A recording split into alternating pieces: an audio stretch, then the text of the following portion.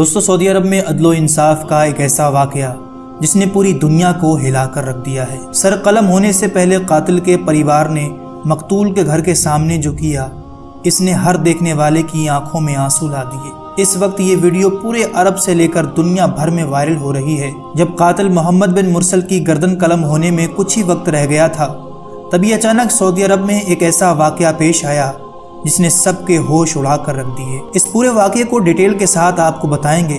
गुजारिश है कि इस वीडियो को एंड तक ज़रूर देखिएगा। सबसे पहले आप ये वीडियो देखिए जिसमें लोग अपने जुब्बे और कमीज़ उतार कर जिस घर के सामने बैठे हुए हैं, वो उस कज़न का घर है जिसको मोहम्मद बिन मुरसल ने कत्ल कर दिया था। घर देखने में लग रहा है कि ये कोई बड़ा गरीब शख्स है, लेकिन यहाँ अदल व इंसाफ का मियार ऐसा बुलंद है कि आप हैरान हो जाएंगे इस स्टोरी को सुनकर।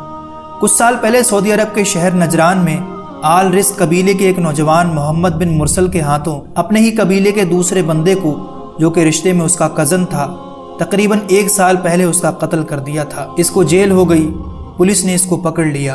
अब कई महीने ये केस चलता रहा, लेकिन अभी कुछ ही रोज़ पहले अदालत ने क़िसास के तौर पर मोहम्मद बिन मुरसल का सर कलम करने का हुक्म सुना दिया। जैसे उसने दूसरे का खून बहाया, उसका भी खून बहा दिया जाए। अब चूंकि सज़ा का वक्त करीब आ रहा था, मोहम्मद बिन मुरसल का पूरा कबीला, जिसमें बड़े बड़े सरदार मकतूल के घर माफ़ी तलब करने के लिए जाते हैं और अपने जुब्बे और कमीज़ उतार कर मकतूल के घर के सामने बैठ जाते हैं। जब इससे भी बात नहीं बनती तो माफ़ी के लिए कसीदे पढ़े जाते हैं। जब ये बात भी नहीं बनती तो अपने सरों से शिमार को उतार कर नीचे फेंक देते हैं और अपनी कमीज़ें फाड़ कर रुमाल से अपने घुटनों को बांध कर ज़मीन पर लेट जाते हैं कि हम तुम्हारे सामने इस तरह आजिज़ और कमज़ोर हैं। और ये चीख चीख कर कह रहे हैं कि तुम हमारे घर, हमारी दुकानें, हमारी जायदाद, पैसा जो चाहे ले लो, लेकिन मोहम्मद बिन मुरसल को माफ़ कर दो। और जिस मकतूल के घर के सामने ये बैठे हुए हैं, वो घर आप ज़रा देखिए कि एक छोटा सा सिंगल रूम का आम सा घर है।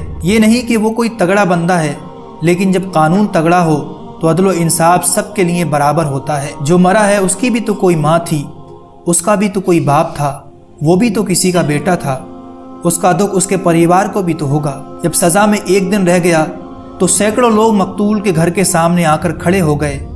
सुबह से शाम हो गई, मिन्नत खुशामतें करते हुए, लेकिन माफ़ी नहीं मिली।